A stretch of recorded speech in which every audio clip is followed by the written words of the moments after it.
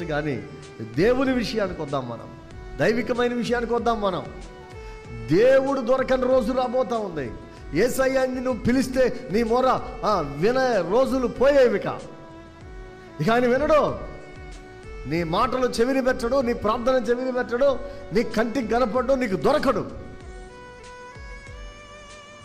నువ్వు పొరపాటున ఆ రోజు పరిగెత్తుకొచ్చి నీ మందిరంలో కూడా ఎవరు ఉండరు. ఆదివారంగా మందిరానికి పోదాం, పాస్టర్ గారు ఉంటారేమో, విశ్వాసులు ఉంటారేమో, కనీసం సువార్థికులు ఉంటారేమో అని వచ్చినా ఎవరు ఉండరు. ఇక్కడ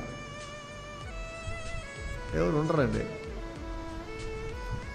అది ఎప్పుడంటే యేసు ప్రభు రెండవ రాకడ వచ్చినప్పుడు సంఘం అంతా ఎత్తబడుతుంది.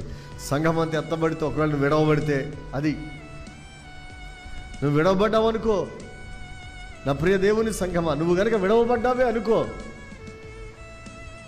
ఇక నిన్నెవరూ కాపాడలేరు. ఇక నీ మొరైన నాథుడు ఉన్నాడో